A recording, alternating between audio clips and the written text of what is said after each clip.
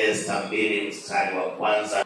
Baada ya hayo hasira yake mfalme Ahasuero ilipotulia, alimkumbuka Vashti na vile alivyotenda na yale yaliyoamriwa juu yake. Bwana Yesu asifiwe. Bwana Yesu apewe sifa. Maneno haya yanaendelea kuzungumza habari ya yule mwanamwali mpumbavu. Na Biblia inaonyesha ya kwamba baada ya mambo hayo, ni mambo gani hayo?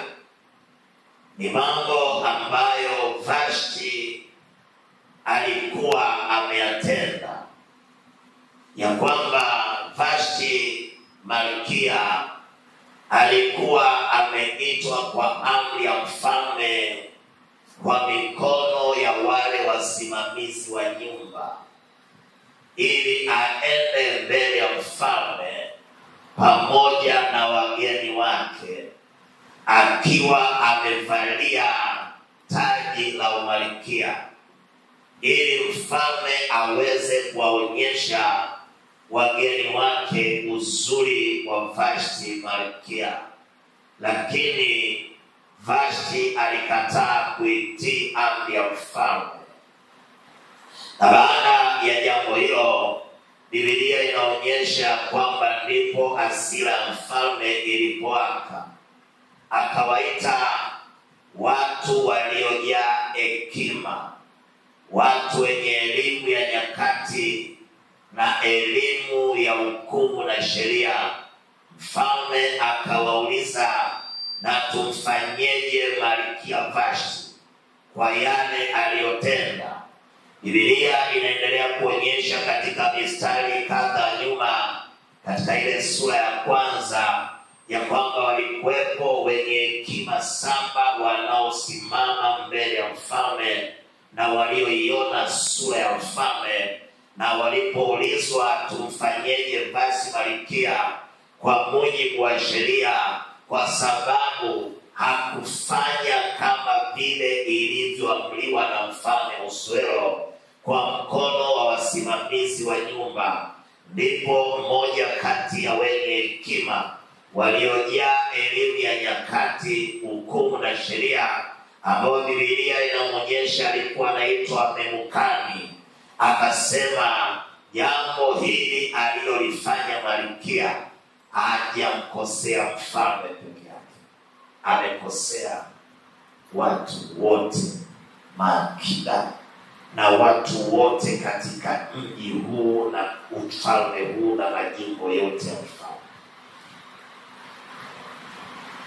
Na mwenye hekima huyu, mwenye elimu ya nyakati, sheria na hukumu, akasema ya kwamba kosa hili sio kama unavyoliona mfalme. Huyu hajakukosea wewe tu, ametukosea na malkia wote pamoja na watu wote katika ufalme wako. Ukisoma katika Esta 1 mstari wa 17, kwa maana tendo hili la malkia likijulikana na wanawake wote, hata waume zao watadharauliwa machoni pao. Itakaponenwa ya kuwa mfalme Ahasuero alimuita Vashti malkia aletwe mbele yake bali ya kuja, ndipo mstari wa 18, hata na leo hivi mabinti wastahiki wa Uajemi na Umedi walikwisha kusikia habari za tendo lake malkia, wataambiana vivi hivi maakida wote wa mfalme. Haleluya! Hivyo watatokea dharau nyingi na ghadhabu nyingi. Basi ndipo mstari wa 19 katika Esta 1, mfalme akiona vyema na itoke kwake amri ya kifalme, nayo iandikwe katika sheria za Waajemi na Wamedi isiyotanguka, ya kwamba Vashti asifike tena mbele ya mfalme Ahasuero na malkia wake, mfalme ampe mwingine aliyemwema kuliko yeye. Bwana Yesu asifiwe. Tunapoendelea kutafakari maneno haya na ujumbe huu, tunazungumza habari ya maisha na habari ya tukio hili na nini baada ya hayo, hali yake mfalme. Maana Biblia inasema baada ya hayo yote ya kwamba wamekwisha mhukumu Vashti, wameshatunga sheria ya kwamba Vashti asitokee tena mbele ya mfalme na umalikia wake apewe mwanamke mwingine aliyemwema kuliko yeye. Lakini Biblia inasema ya kwamba hasira yake mfalme Ahasuero ilipotulia, akakumbuka Vashti, akakumbuka na vile alivyotenda, akakumbuka na yale yaliyoamriwa juu yake. Bwana Yesu asifiwe. Ndivyo ambavyo alivyokumbuka. Na mimi na wewe tunatamani tuangalie katika neno hili ya kwamba je, ufalme wa Mungu unapofanana na wanawali hawa na bwana harusi, nini ambacho ufalme wa mbinguni umetenda? Maana wakati naandaa ujumbe huu wa Jumapili, Bwana amesema nikukumbushe mambo kadha wa kadha. Nikukumbushe habari ya ghadhabu ya Mungu iliyo juu ya wanadamu pale siku ya kwanza dhambi ilipoingia katika maisha ya wanadamu. Bwana Yesu asifiwe. Dhambi ilipoingia katika maisha ya wanadamu na ikaonekana ya kwamba mwanadamu amemkasirisha Mungu na mwanadamu amemsahau Mungu, ghadhabu hii ya Mungu ilikuwa ni kubwa sana, na Bwana akafanya mambo ambayo yalimtoa Adamu pamoja na Hawa, pamoja na kusudi lote la Mungu kwa wanadamu liliharibika. Bwana alimlaani Adamu, Bwana alimlaani Hawa, Bwana akailani nchi, Bwana akamlaani nyoka, Bwana akamtoa mwanadamu atoke kabisa katika uso wake, akamfukuza mahali ambapo mwanadamu alipaswa kuishi milele, akampeleka duniani. Kwa maana nyingine, hapo palikuwa ni mahali ambapo walipaswa kukaa wale watii watakatifu. Dhambi ilipoingia, Biblia inaonyesha wanadamu walitolewa katika eneo hili. Na mimi na wewe ninataka nikukumbushe neno moja. Leo ni siku ya kukumbushana. Haleluya. Lazima ujue dunia hii tuliyopo sio eneo ambalo Mungu alipanga mwanadamu aishi. Kwa sababu pale ambapo Mungu alikuwa amepanga mwanadamu aishi, mwanadamu alifukuzwa. Bwana Yesu asifiwe. Hapa sio eneo ambalo mwanadamu alitengwa aishi milele. Ni eneo ambalo lilikuwa limebarikiwa, ni eneo ambalo lilikuwa halina laana. Na ndio maana Bwana alimfukuza mwanadamu aende akatumikie zile adhabu zitokanazo na dhambi. Bwana Yesu asifiwe. Lakini mimi na wewe tunatakiwa tuangalie, tunapotenda dhambi hasa ni nini kinatokea mbele za Bwana. Ukisoma katika Samueli wa pili ile sura ya 12 mstari wa 14, lakini kwa kuwa kwa tendo hili umewapa adui za Bwana nafasi kubwa ya kukufuru, mtoto atakayezaliwa kwako hakika yake atakufa. Moja kati ya vitu ambavyo watenda dhambi wengi awatafakari ni ujumbe huu ambao Bwana amezungumza mahali hapa. Bwana anajivunia watakatifu waliopo duniani.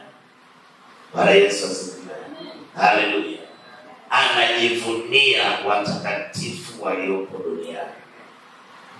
Lakini mtakatifu aliyoko duniani anapotenda dhambi, Biblia inaonyesha kwamba adui za Bwana ambaye ni Mungu wanapata nafasi ya kumkufuru Mungu. Kukufuru maana yake nini? Bwana Yesu asifiwe. Kukufuru ni kutamka neno kinyume na Mungu au kinyume na imani au dini. Siko dini nyingi na siko miungu mingi, lakini lile neno linalotamkwa kinyume na Mungu, lile ni kufuru. Na lazima ufahamu ya kwamba adui wa kwanza wa Mungu ni Shetani. Bwana Yesu asifiwe. Lakini Shetani ana majeshi yake ya malaika walioasi. Wanapomuona mtakatifu mmoja duniani ametenda dhambi, wale wanapata nafasi ya kumkufuru Mungu. Kwa maana nyingine, kila dhambi moja inayotendwa na mwanadamu, kufuru juu ya Mungu kutoka kwa adui za Mungu zinakuwa ni nyingi. Na mahali hapa tumesoma eneo ambalo nabii Nathani alimwendea Daudi baada ya Daudi kufanya dhambi kwa mke wa Uria. Lakini Bwana alimtuma nabii Nathani na akamwambia hivi, tendo hilo ulilolifanya limewapa adui za Bwana nafasi ya kumkufuru. Kwa maana nyingine, dhambi moja inayotendwa duniani inamuumiza Mungu mara nyingi, kwa sababu adui zake wanapata nafasi ya kumkufuru. Lakini dhambi imeonyesha, imeleta hasira, imeleta ghadhabu. Na lazima mimi na wewe tukumbuke ya kwamba kuna wakati ambao dunia ilikuwa haina sheria, dunia ilikuwa haina makatazo, lakini wapo watu walikufa wakapotea. Ni kipindi ambacho Mungu alikuwa bado hajaikumbuka dunia. Bwana Yesu asifiwe. Tunakumbuka wale ambao walitenda dhambi baada ya Adamu. Kulikuwa na Kaini ambaye alitenda dhambi, ambaye alikuwa hajui kama ni dhambi. Bwana Yesu asifiwe. Lakini Bwana alimuonya, akamweleza usitende jambo hilo, maana dhambi inakuotea. Haleluya. Maana ukitenda jambo jema, je, nawe hautapata kibali? Kwa hiyo tunaona ni kipindi ambacho wanadamu walikuwa hawana maelekezo ambayo yalikuwa bayana kwamba sasa Mungu anatenda nini, anataka nini, nini akitaki. Ndio kipindi ambacho dunia imepita na watu walipotea. Ukiangalia kipindi kile cha Nuhu, hata ikaja gharika, hatuoni kama kuna sheria yoyote, hatuoni kama kuna makatazo yote, hatuoni kama kuna maonyo yote, bali Bwana alifika sehemu akaona uovu umejaa duniani na kila mwenye mwili amejiharibia njia zake, na mioyoni mwao watu wanawaza mambo mabaya. Bwana akaghadhibika na Bwana akagairi kwa nini alifanya mwanadamu. Bwana akamwambia Nuhu ya kwamba wewe utengeneze safina. Bwana Yesu asifiwe.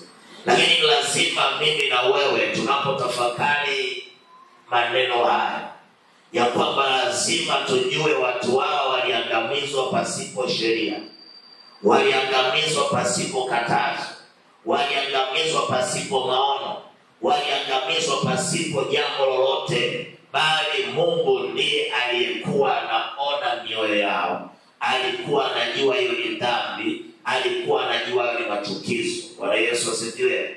Wale watu waliangamizwa. Biblia inatukumbusha leo ya kwamba dunia imepita katika kipindi kigumu sana, lakini Bwana baada ya mambo hayo yote yaliyotendwa, Bwana ameendelea kumkumbuka mwanadamu. Bwana anaangalia ni jinsi gani ya kumrudisha mwanadamu kwenye kusudi lake. Bwana Yesu asifiwe. Maana njia ya kumrudisha mwanadamu kwenye kusudi ilikuwa bado haijajulikana. Mtu mmoja aliwahi kuniuliza na tukapata muda kujadili, uovu ulitoka wapi? Bwana Yesu asifiwe. Unaweza kaniuliza uovu ulitoka wapi kama mbinguni ni watakatifu na duniani walikuwa watakatifu? Uovu ulitoka wapi?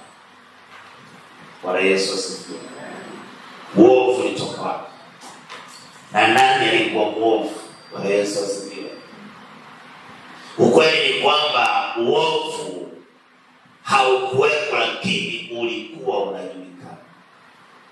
Maana Biblia inazungumza ya kwamba yule mwanadamu alipokula lile tunda ambalo alikatazwa, ujuzi wa mema na mabaya ukaingia ndani yao. Na ulipoingia ndani yao, Biblia inasema ndipo Mungu akasema sasa amekuwa kama sisi, anajua mema, anayajua na mabaya. Bwana Yesu asifiwe. Bwana Yesu asifiwe. Kwa hiyo ninachotaka nikwambia asubuhi ya leo ya kwamba mbingu inajua mema, inajua na mabaya. Na mwanadamu anayejua mema na mabaya amekuwa kama Mungu. Maana hakupaswa kujua mema na mabaya, ila alipaswa yeye kujua yote anayoyatenda ni mema, yawe ni mabaya, yawe ni vipi, yote kwake yawe ni mema. Na wakati mmoja nilikwambia neno moja, ukimtazama mtoto mdogo anafanyaga vitu vya ajabu sana ambavyo kama angefanya mkubwa makola ingemhusu. Bwana Yesu asifiwe. Lakini kwa sababu amefunikwa na elimu ya kwamba ajui mema na mabaya, anaweza akatenda vitu pale mkabaki mnacheka wote. Bwana Yesu asifiwe. Jambo lile angelifanya mtoto aliye mkubwa kidogo, lazima angeonjwa kidogo makola. Bwana Yesu asifiwe.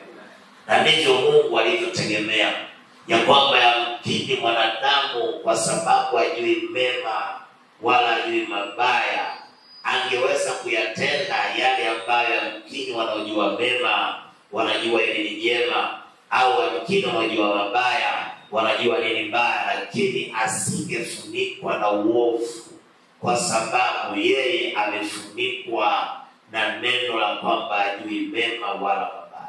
Bwana Yesu asifiwe. Bwana Yesu asifiwe.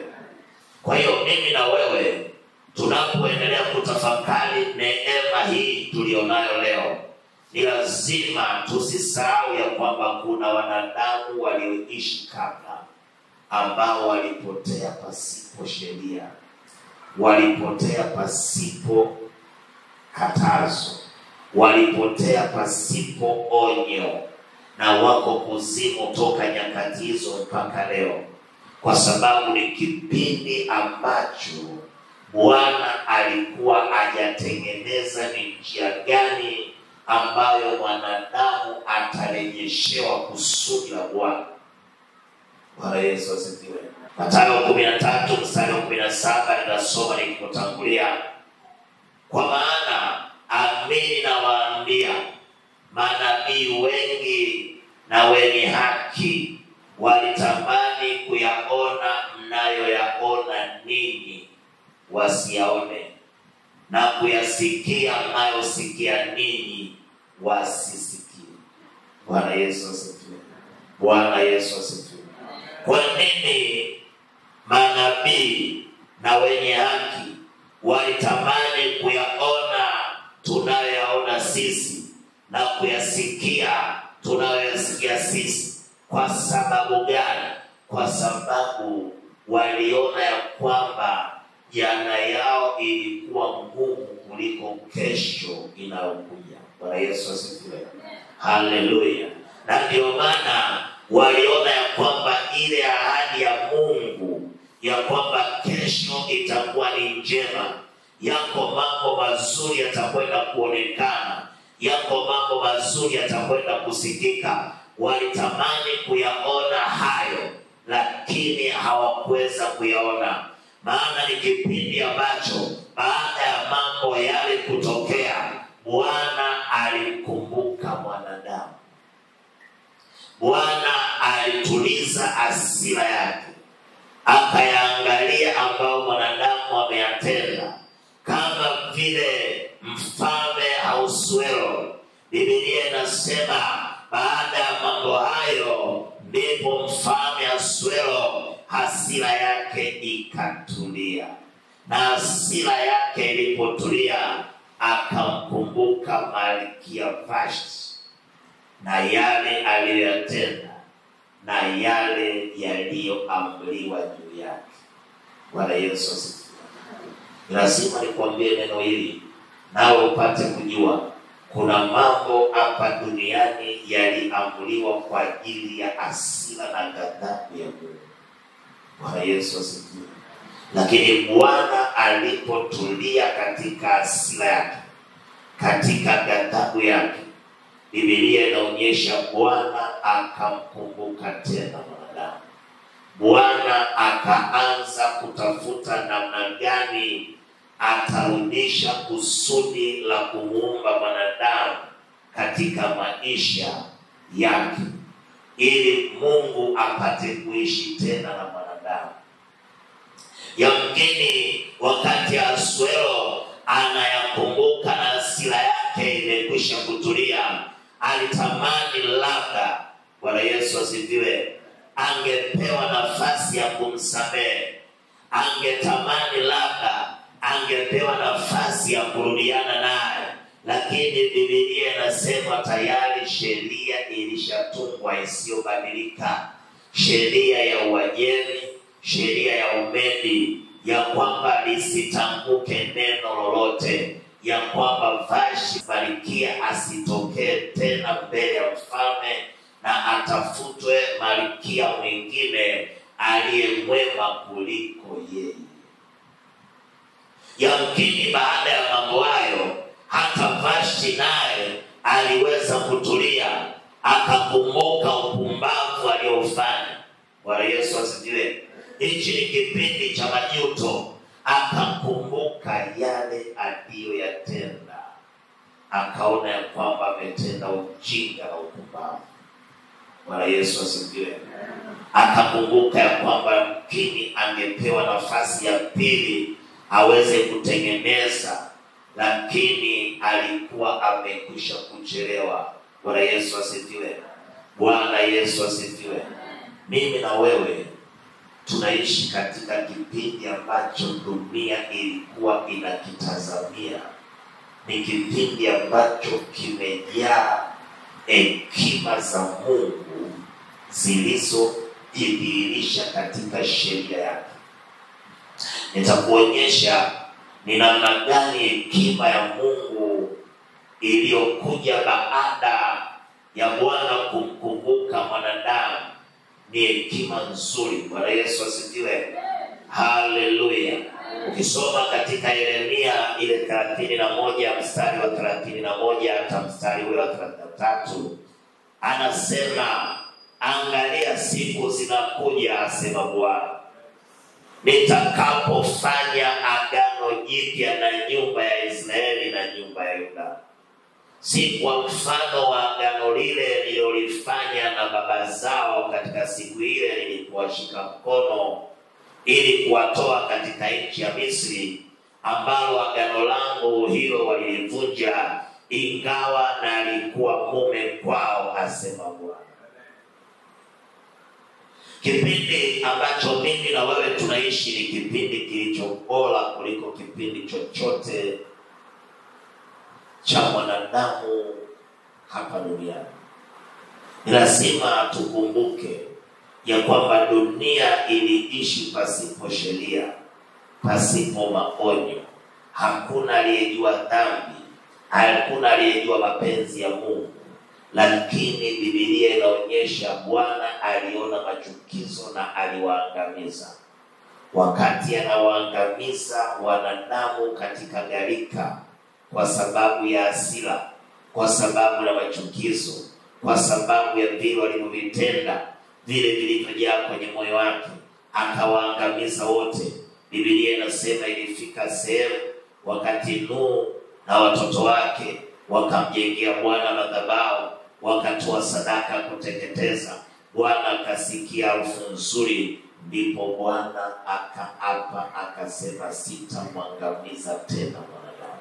Bwana Yesu asifiwe. Haleluya. Biblia inaonyesha ya kwamba wale walioangamia wamekuwa ni waanga kwa sababu ya muda. Bwana Yesu asifiwe. Wameathirika kwa sababu ya muda. Wale waliobaki, Bwana anaendelea kutafakari ni jinsi gani ambavyo atamfanya mwanadamu asipotee. Bwana Yesu asifiwe. Na ndio maana kipindi kile kimepita na watu waliangamia, kuna sheria. Hivi unawezaje ukafika tu sehemu, kama wewe ni mzazi mzuri, unawezaje ukafika sehemu tu mtoto amekosea, unajua wewe ni kosa tu, unaanza kumchapa, unamwambia amekosa nini? Bwana Yesu asifiwe. Haleluya. Unaanza kumfinya. Unajua mtoto anaweza kashangaa akasema, mimi nafinywa kwa nini? Maana sijui nini nilikosa. Lakini ndicho kipindi ambacho dunia ilipita. Najaribu kutafakarisha ili ujue ya kwamba tunaishi kipindi ambacho hapatakuwa na msamaha kwa wale watakaoikosa mbingu.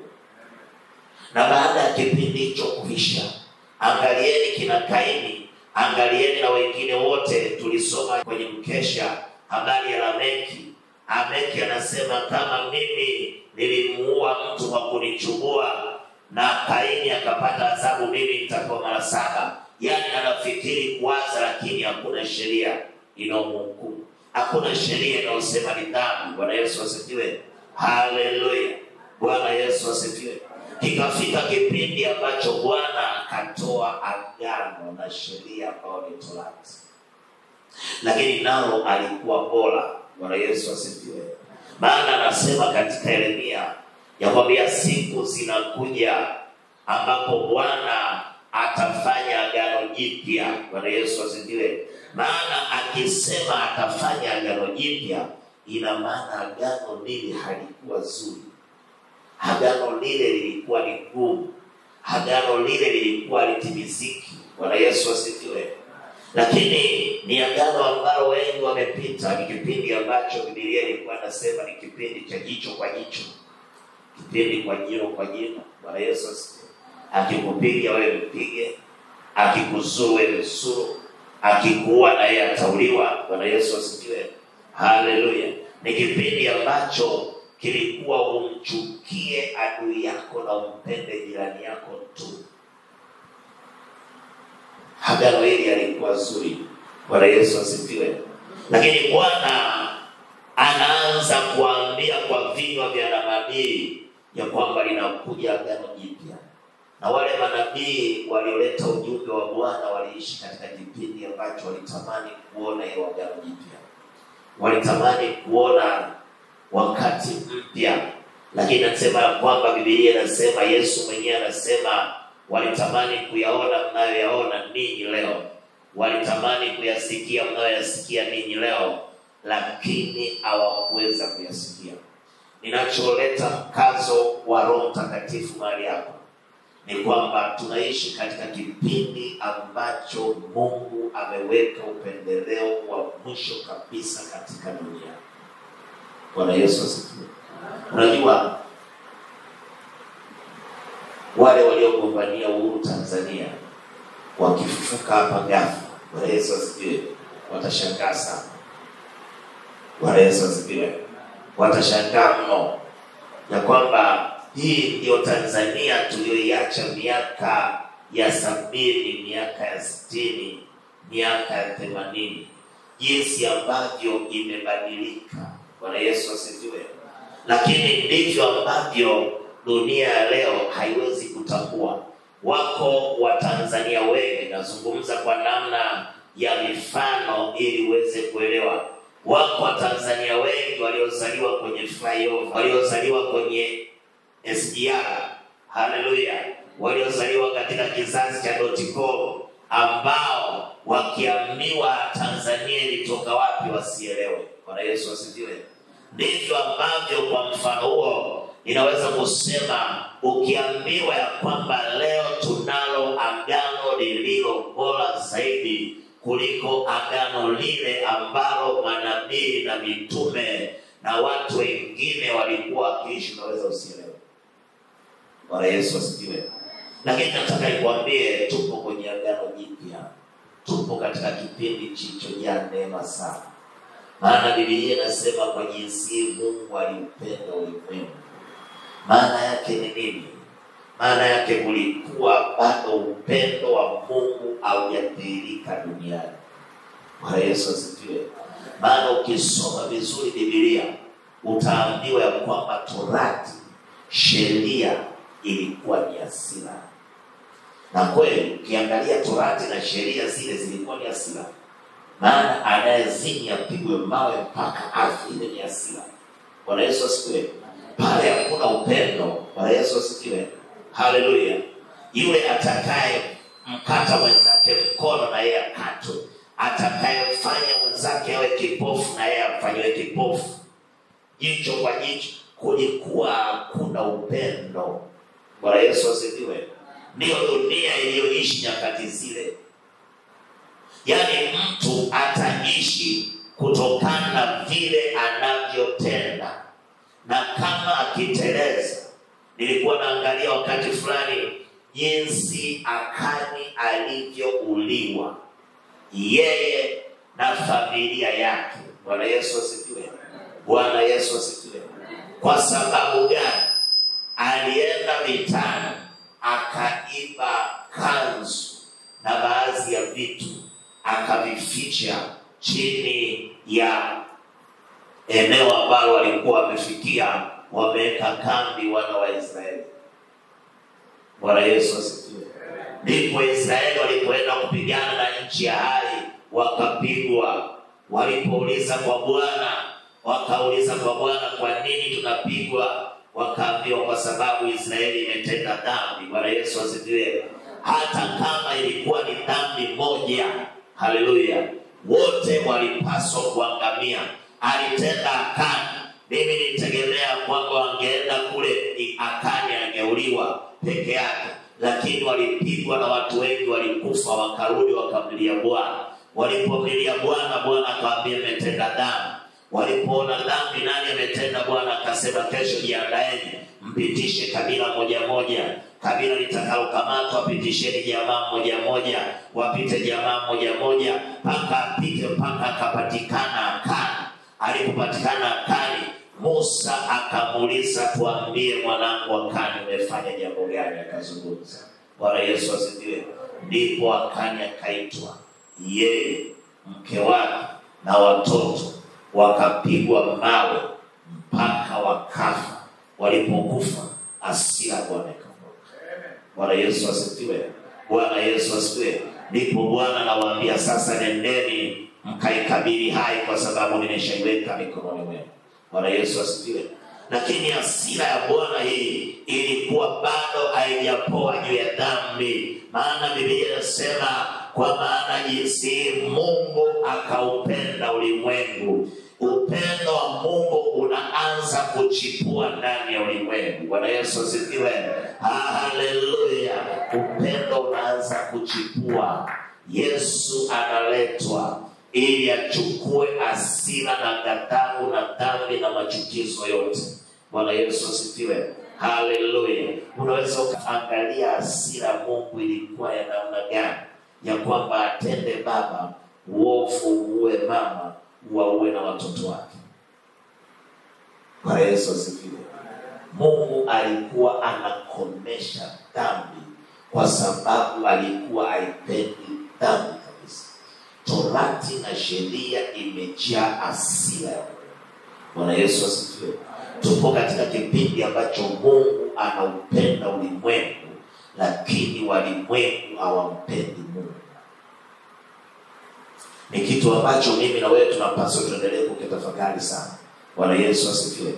Anazungumza katika Mathayo 11 mstari wa 20 na ule 24. Anasema ndipo akaanza kuikemea miji ile ambamo ndani yake ilifanyika miujiza yake iliyo mingi, kwa sababu haikutubu.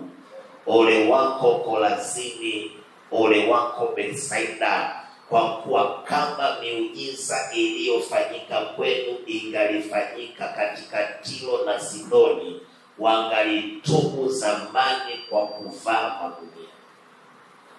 Maneno haya yanathibitisha kwamba mji wa Tiro na Sidoni uliangamizwa pasipo maonyo, wala pasipo makatazo, wala pasipo sheria.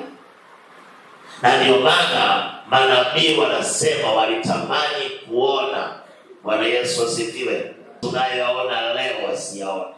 Walitamani kuyasikia tunayasikia leo wasiyasikie. Maana miujiza ile ilifanyika ili kuigeuza mioyo ya wanadamu irudie Mungu. Mioyo ya wanadamu iweze kujua ya kwamba yuko Mungu. Walitamani kuona lakini hawakuiona. Walitamani kusikia tunayasikia leo mimi na wewe, lakini wao hawakusikia. Bwana Yesu asifiwe. Anasema katika mstari wa 22 Mathayo 11, walakini nawaambieni itakuwa rahisi kwa Tiro na Sidoni kustahimili adhabu zao siku ya hukumu kuliko ninyi. Nawe Kapernaumu, je, utatukuzwa mpaka mbinguni? No, utashushwa mpaka kuzimu. Kwa kuwa kama miujiza iliyofanyika kwako ingalifanyika Sodoma na Gomora, ungalikuwepo mji huo hata leo. Lakini nawaambia itakuwa rahisi nchi ya Sodoma na Gomora kustahimili adhabu yake siku ya hukumu kuliko. Bwana anaionya Kapernaumu, anaiambia kilichotendeka Sodoma na Gomora. Kama Sodoma na Gomora wangepewa muda wa kuonywa, ingefanyika miujiza, wengi wangetubu na kumrudia Bwana, lakini hawakuwa na nafasi hiyo. Bwana Yesu asifiwe. Haleluya. Na ndio maana wengi walitamani kuyaona tunayoyaona sisi hawajayaona, kuyasikia tunayosikia sisi hawakusikia. Unajua ilifika kipindi ambacho unaambiwa tutwende mbinguni, lakini hujui hata mbingu yenyewe inafananaje. Bwana Yesu asifiwe. Haleluya. Hujui, unaambiwa unaheshimu Mungu, hujui hata Mungu mwenyewe yukoje. Lakini walipoona miujiza, maana hata Musa anamwambia Mungu, wataniamini vipi hawa wana wa Israeli nitakapoenda kuambia ya kwamba Mungu wa baba zetu, Bwana Yesu asifiwe, amenituma. Bwana Yesu asifiwe. Amesikia kilio chenu, amesikia machozi yenu, amewatazama wanaowatesa, naye amenituma. Anasema wataniamini vipi? Ndipo Bwana anamwambia una nini mkononi? Akasema nina fimbo. Akamwambia tupa chini. Fimbo ikageuka kuwa nyoka. Musa akashtuka. Bwana Yesu asifiwe. Akaambiwa ishike tena hiyo nyoka mkia. Akashika, ikageuka kuwa fimbo. Bwana Yesu asifiwe. Miujiza ililetwa ili watu watubu. Leo miujiza imeletwa, lakini watu wamegeuza, badala ya kutubu wamefanya biashara. Na nataka nikwambie, muujiza unapofanyika, maana yake inatangaza hukumu kubwa zaidi kuliko wale ambao hawakuona muujiza. Bwana Yesu asifiwe. Ni kitu ambacho watu wengi wakijui, na wanaposoma Biblia hawaelewi. Ni kwa sababu miujiza hiyo tunayoiona leo, tunayoisikia, kama ingefanyika Sodoma na Gomora, wangetubu na kwa machozi. Na mpaka leo miji ya Sodoma na Gomora, Tiro na Sidoni ingekuwepo. Bwana Yesu asifiwe. Na ndio maana Bwana anasema, kwa sababu mimi na wewe tumeishi kipindi ambacho wenzetu walitamani kuyaona ambao sisi tunayaona, lakini wakaangamia, adhabu yetu itakuwa ni kubwa zaidi kuliko wao. Bwana Yesu asifiwe. Ni kizazi kilichopewa upendeleo. Maana huwezi kusema ya kwamba hakuna Mungu. Hauwezi kusema ya kwamba hujaona matendo ya Mungu. Bwana Yesu asifiwe. Ni kipindi ambacho mimi na wewe tunahitaji neema ya Kristo ili tuweze kutambua tunaishi kipindi chenye upendeleo wa ajabu. Wenzetu Sodoma na Gomora, Tiro na Sidoni, gharika, ule ulimwengu wa kwanza uliangamizwa pasipo maono yoyote. Angalia leo jinsi kila kona unakuta kuna watumishi wengine wanakaspika hapo, wanawaonya watu waache dhambi. Bwana Yesu asifiwe. Wanawaambia watu kwa maonyo mengi. Bwana anairudia kizazi hiki, lakini ni kizazi kisichosikia. Ni kizazi ambacho kinafikiria kwamba dunia itaendelea kuwepo hivi, ya kwamba na yeye atabaki kama alivyo. Bwana Yesu asifiwe. Bwana anataka upate kuelewa ya kwamba dunia imetoka kwenye kipindi kibaya zaidi kuliko tunapoishi leo. Kile kinachokufanya wewe usiache dhambi ndicho ambacho kimerahisishwa zaidi ili wewe na mimi tuweze kuiona hiyo.